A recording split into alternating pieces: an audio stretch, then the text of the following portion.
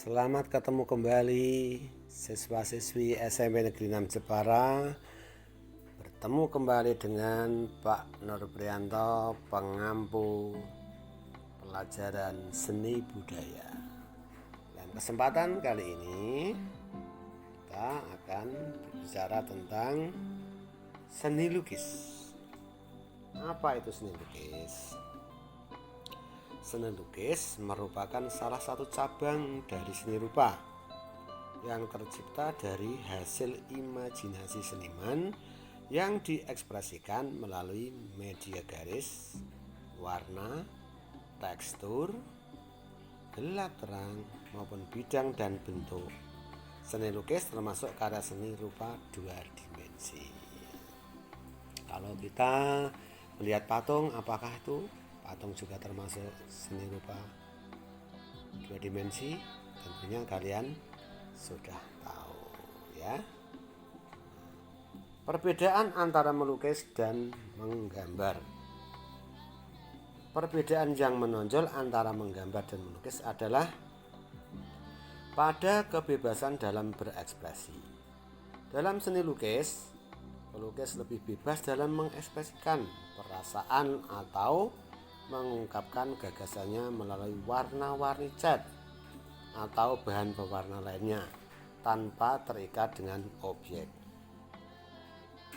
Dalam seni lukis dikenal adanya aliran-aliran seni lukis, sedangkan dalam menggambar kurang bebas berekspresi karena biasanya terikat kemiripan dengan objek tertentu serta mengungkapkannya lebih menonjolkan unsur garis. Objek melukis bisa apa saja dan diwujudkan dalam berbagai tema. Jadi lebih luas melukis dan menggambar. Kita kadang berpendapat ya, antara melukis dan menggambar itu sama. Ternyata setelah kita pelajari apa itu melukis, apa itu menggambar, jelas beda. Tujuan melukis. Apa tujuan melukis? Kita simak sama-sama. Ada tujuan religius. Melukis untuk tujuan religius berarti lukisannya untuk menunjukkan pengabdian pada Tuhan atau pengabdian pada sesuatu yang dihormati atau dipuja. Lukisan untuk tujuan religius, misalnya seorang seniman membuat lukisan kaligrafi ayat-ayat suci Al-Quran. Seniman melukis kisah dewa-dewa dalam agama tertentu dan sebagainya. Itu tujuan melukis sebagai religius. Yang kedua, tujuan kritik sosial, yaitu melukis untuk tujuan kritik sosial berarti melukis untuk mengkomunikasikan tentang masalah sosial yang terjadi di tengah-tengah masyarakat. Pelukis berharap agar masalah yang dilukiskan mendapat perhatian banyak orang dan berharap ada solusi atas permasalahan tersebut. Itu tujuan melukis kritik sosial. Yang ketiga, tujuan ekspresi. Apa itu melukis yang tujuan untuk ekspresi? Yaitu melukis untuk tujuan ekspresi berarti melukis untuk mengungkapkan isi hati atau perasaan pelukis sendiri. Melukis untuk tujuan ekspresi biasanya dilakukan secara cepat. Contohnya, seorang seniman melukis dengan gaya ekspresionis, lukisan abstrak, lukisan impresionis, dan sebagainya. Apa itu lukisan gaya ekspresionis, abstrak, impresionis, dan sebagainya? Ada istilah sebagainya ya. Nanti kita bahas satu persatu di pertemuan yang akan datang. 4. Tujuan komersial, yaitu melukis untuk dijual. sehingga lukisan yang dibuat untuk memenuhi selera pembelinya. Misalnya seorang seniman yang menawarkan jasa melukis potret, lukisan souvenir, lukisan di kaca, lukisan di mobil, dan lain sebagainya. Itu tujuan melukis untuk komersial. Berikutnya, seni lukis di Indonesia. Ya. Seni lukis prasejarah Indonesia. Yang pertama, seni lukis prasejarah Indonesia. Yang kedua, seni lukis tradisional Indonesia. Yang ketiga, seni lukis modern.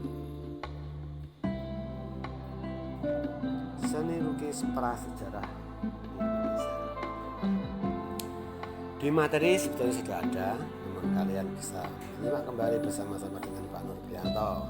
Ya, sejak zaman prasejarah ribuan tahun yang lalu, nenek moyang bangsa Indonesia telah mulai membuat lukisan pada dinding-dinding gua.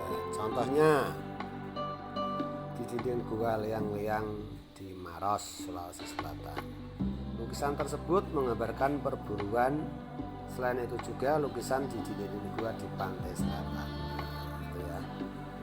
Kalian bisa membaca, mempelajari. 2. Seni lukis tradisional Indonesia. Seni lukis tradisional Indonesia memiliki corak yang berbeda-beda antara daerah yang satu dengan daerah yang lain. Ada gaya seni lukis tradisional Indonesia yang sangat menonjol adalah gaya dekoratif.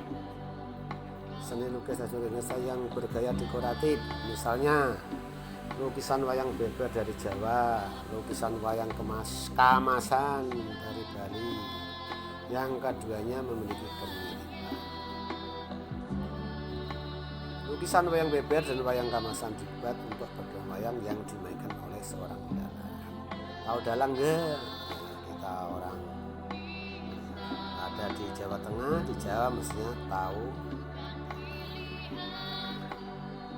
Nah, ini contoh lukisan wayang beber dari satu dan lukisan wayang kamasan dari Bali.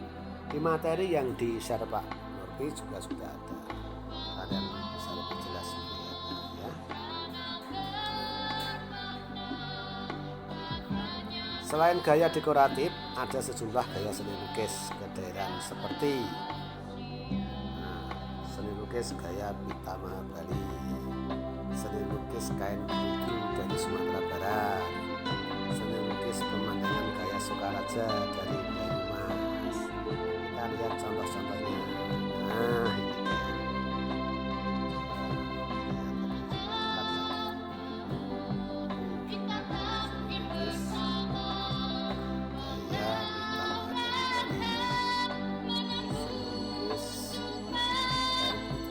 Sumatera.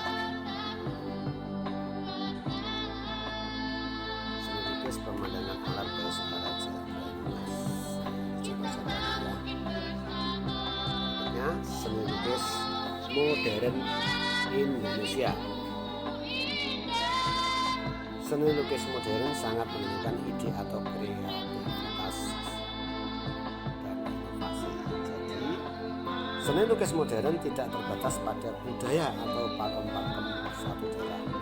Karya-karya dalam seni lukis modern menekankan beberapa unsur antara lain unsur eksperimen, kebaruan, dan originalitas. Seni lukis modern berkembang dari mancanegara, khususnya negara-negara Eropa. Munculnya seni lukis modern di Eropa memberikan pengaruh yang sangat besar terhadap seni lukis di berbagai penjuru dunia, tidak terkecuali di Indonesia.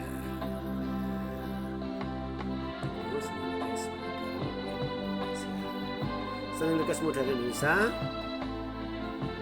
ya, seni lukis modern Indonesia, gayanya ya, gaya representatif, gaya diplomatik, dan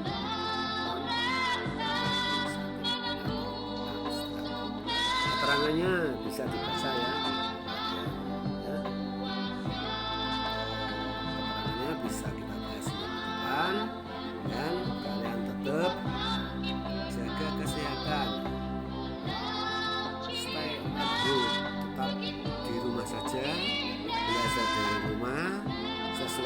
jadwal yang sudah dibagikan oleh bapak wali kelas masing-masing. Tetap semangat dan sampai jumpa. Jepara.